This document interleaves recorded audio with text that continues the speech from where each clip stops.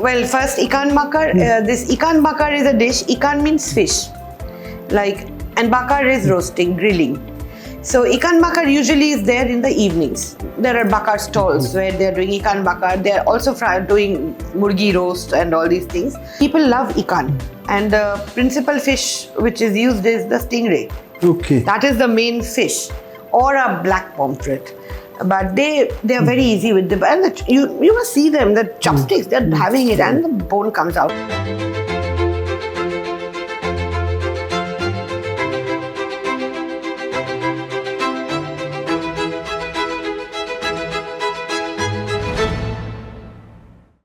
Hi everyone, I'm Suhasini Sood.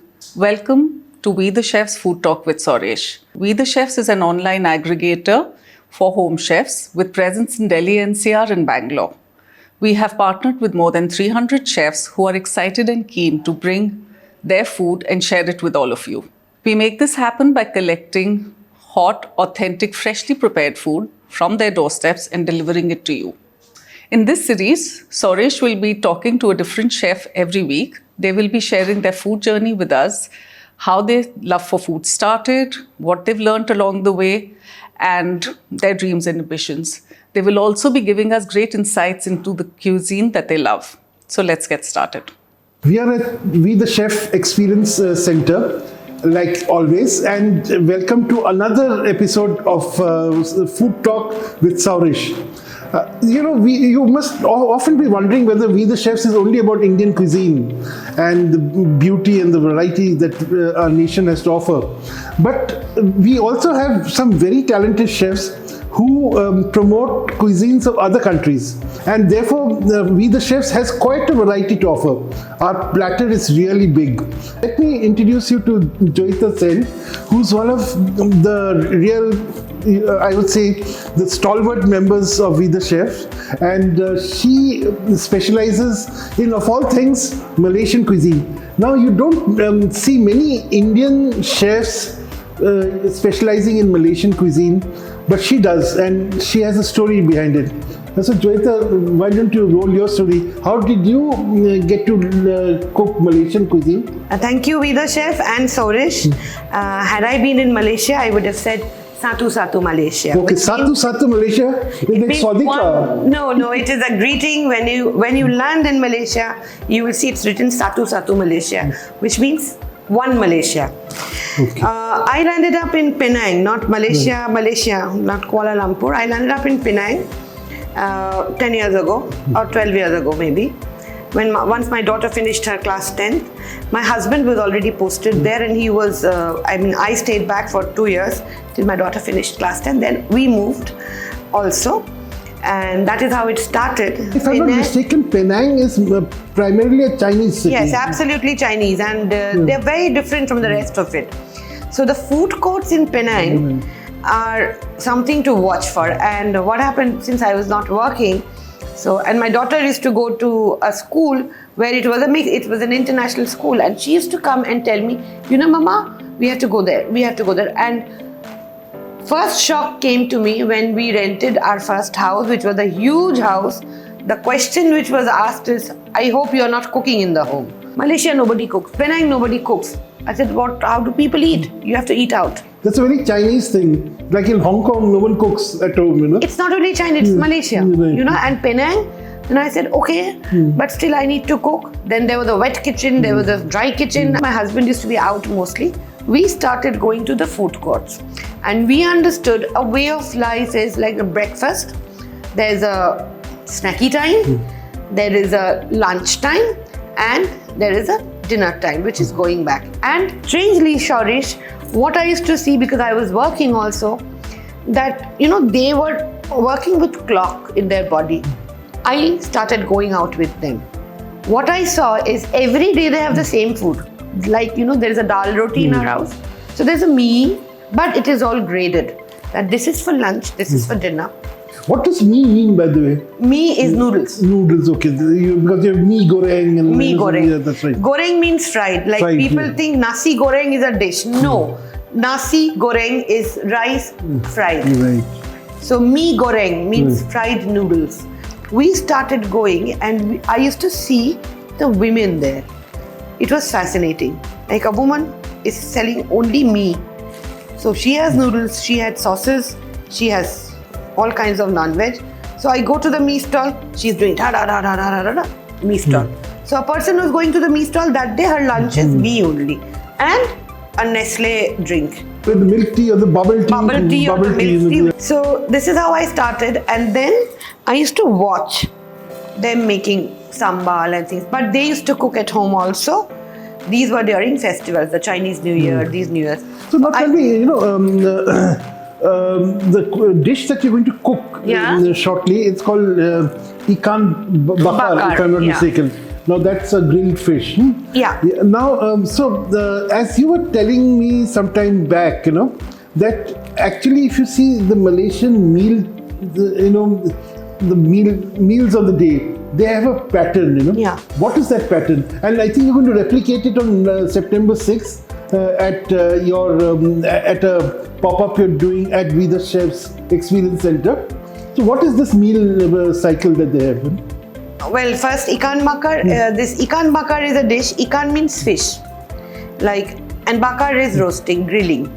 So ikan bakar usually is there in the evenings. There are bakar stalls where they are doing ikan bakar. They are also doing murgi roast and all these things. People love ikan, and the principal fish which is used is the stingray. Okay. That is the main fish, or a black pomfret. But they are very easy with you must see them, the chopsticks, they're having it and the bone comes out like this. Vishal always wanted me to do a Malaysian pop-up, simply because I have not seen a proper Malaysian food joint. I have seen Malaysian dishes are there, Penang Curry, but there is nothing called Penang Curry. So you said that, look, it begins with congee. It can begin with a congee or a dumpling. Okay. Or some people have soup also. Yeah. But the Malaysians prefer a congee for breakfast, like the Chinese. There is always a chicken with them. So they love that chicken in any form, and they'll go to office. Or there would be some dumplings. Dumplings would be what? Fish balls or something? Or they can be fish balls, they can be small momo kind of things, but steamed. Malaysian people, they eat a lot, let me tell you. So they have congee for breakfast. They have congee for breakfast. Then there is a 12 or 10:30. 10:30, some people go, they'll have a drink. Okay. Or they'll have a curry puff. Okay, curry puff, yeah. And I had your curry puff, excellent, And curry puff has both egg and chicken in it. It can have pork also. Okay. It can have anything. Curry puff is our shingara. Samosa. So it's great. You can have a vegetarian curry puff too, So I believe you'll have a vegetarian lineup for September 6th. I had to do it because, India people would like, but doing a vegetarian is very difficult because I have to use the fish sauce. So I have tried to, assimilate things which can't be used, and then I made you all taste. So curry puff again is a Tamilian thing. So then we come to your 12:30 meal. Yes, 12:30 meal would be laksa. And or Assam Laksa. Yeah, Assam Laksa. No, what is the connection with Assam here? No, there is no connection with Assam. Even I used to think, why Assamese also stay here? No. Assam means tamarind. Oh, tamarind. There is called Assam pedas, which is a pomfret fish, I think. Malaysia has 3 kinds of ingredients, which is a must: lemongrass, the lemon leaves, galangal, and a lot of tomato, garlic. The other thing which they use is tamarind. Dinner time, everybody has a friend, they gather in a round. 5:30 is the dinner time. 5:30. The bell, no bell, the dinner bell rings. Right. You can't keep them. So Neither. They will the office is shut. I know how it is. Absolutely. And Kuala Lumpur, at 5:30, there's a traffic jam everywhere. Yes. So everyone is rushing to the nearest food court, I think. I thought they were rushing home, but now I think they must be rushing to the nearest. And they will be carrying plastic things. People who their mother might be waiting at home. So they'll carry the soup like that. Nobody is going to cook. But what happens? I used to think 6:30, what happens after that? The city never sleeps. So then after 9:30, they will again come down. They'll have something. So they're always eating. Let me tell you, you will never find a Malaysian not eating. So at night, what would they have then? They'll have laksa again. Laksa. So their food I love laksa. In Laksa, you can keep playing around with the meats or the fish. The real laksa, which I can't do because people will not be able to take it, is with the fish paste. Laksa you can't. Like the laksa, the smell is mackerel head. Yeah. So you have to make that stock. I will be making a fish stock, but not with mackerel because people will not be able to take it. So I'll make it. See, that is what the Singapore laksa is. People love the Singapore laksa. But Penang laksa, you have to be a great foodie to like it. Not get scared. The tom yum. There is a greater misnomer with tom yum. Tom yum here is a soup. Tom yum is a paste. Like sambal is a paste. You can have a tom yum rice. You can have a tom yum curry. You can have a tom yum fish. And you can have a tom yum soup. So tom yum soup is very heavy. Not here. It's very hot. Yeah, exactly. So tom yum is again a Chinese Malay mix. The cuisine which I am most fond of, and this one dish only coming here, two dishes. One is the pork square and the mutton rendang. Yeah, talk about the mutton rendang. Yeah, that's a Malay dish, isn't it? This is actually Nonya. Okay. So Nonya cuisine is getting extinct. It is hardly there now. But in Singapore, they're really promoting Nonya cuisine. Now they are, but there are few families left. Right. It's more like a classical cuisine. It's seen as a classical cuisine. Yeah, and see, so what goes into it? Because I smell this coconut that is used. Dry coconut. Dry coconut. Desiccated coconut. That is the main thing. Right. And everything goes into it. Like all the spices. There is a little bit of sambal. There's a sambal. I make it with sambal because it's easier. Otherwise, they will put the dry spices and everything. There is a little bit of fish sauce. There's a little bit of soya sauce. And what comes out is a brilliant thing. I know because of course you make some really mean rendang. It's very mean. Sort of mutton rendang in this case. But another thing that I really love from your kitchen is the sambal. Now tell us a bit about the sambal. Sambal is like the sauce for many dishes, isn't it? Sambal is there everywhere. Yeah. It's a magic sauce. It's the magic. It's not secret, it's really the magic sauce. Yeah. And the best sambals are found in the food court because they are made, for a week. And what goes into a sambal? Very simple ingredients. There would be the red big chillies. Right. Their kind of dry red chillies, onions, lots of onions, lots of garlic, galangal, and this. And there is a lot of oil to it. These are ground together. And before all the things are deseeded. See, Malaysians cannot tolerate heat. So chilies are deseeded. They have to be soaked, and together it is cooked. So the flavor is supreme. It takes at least, it's like the marinara sauce. And sambal is not made like this, small amounts. Like when I'm going to make the sambal for here, I'm going to make at least 2 kilos. Wow. So for that 2 kilo, I have to have enough ingredients. And here what will you use? Because you won't get those chilies here. No? I'm going to get. What, Kashmiri chilies or what do you use? No, these are the habaneros, red habaneros. Habaneros, okay.